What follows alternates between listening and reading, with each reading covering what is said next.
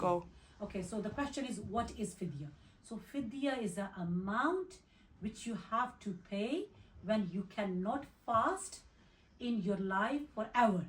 Then you have to pay a certain amount for your fast. Okay, now the thing is, because many people, they have the misunderstanding, like any person who cannot fast for any like a temporary reason. For example, if someone is sick, okay, for a few days, or for example just for the whole month of Ramadan.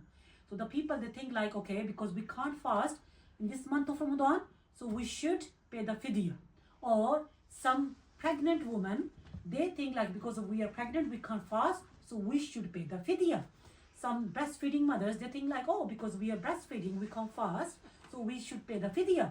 And the same, some girls might be, they are ill in the month of Ramadan, so the mothers thinks like, oh, because they are ill or they are too weak to fast, so we can pay the fidya.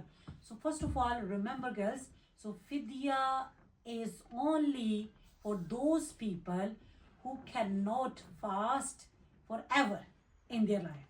Okay, forever. So now let's come to the pregnant mothers. So the pregnant woman, obviously the situation is for a certain period of time. So after the certain period of time, when they will deliver the baby, then they are free to fast. Okay, so then they should fast, they should make up, because that's what Allah subhanahu wa ta'ala mentioned in the Quran. So if you cannot fast because of you're ill or you're in the traveling, then you should fast in other days of Ramadan, in other days. Okay, in other days. So the same for the breastfeeding mothers. So when the child stops the breastfeeding, then they can fast in other days. And the same, if anyone, for example, someone is ill for the whole month of Ramadan, but after the second month, they get recover. So then they need to fast. They need to make up those fast. So by paying the fidya, they cannot avoid the fast of Ramadan. They can't. They can't say okay, our responsibility is done now because we have to pay the fidya. So now, okay, what about now for those people who already have paid the fidya because they had the understanding, because they are ill, so they had to pay the fidya. Now they don't have to make up the fast of Ramadan. So what about them now?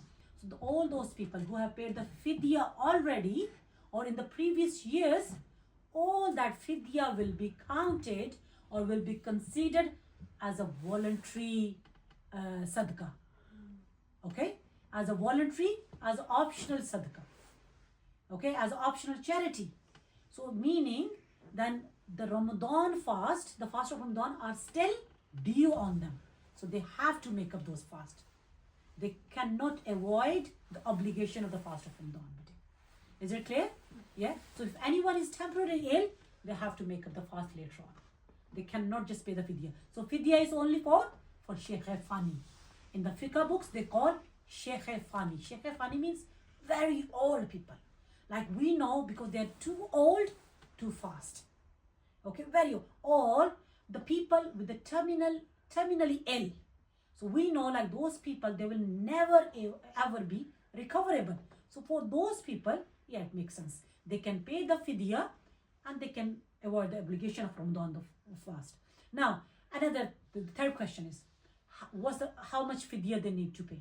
So the fidya amount, remember girls, the amount of fitrana, whatever we pay every year, the amount of fitrana. So the fitrana amount is this year, like some mosques, they have declared £5. £5, right? So the fidya amount will be, for one fast will be £5. So meaning 30 fast, meaning 30 times 5 will be £150.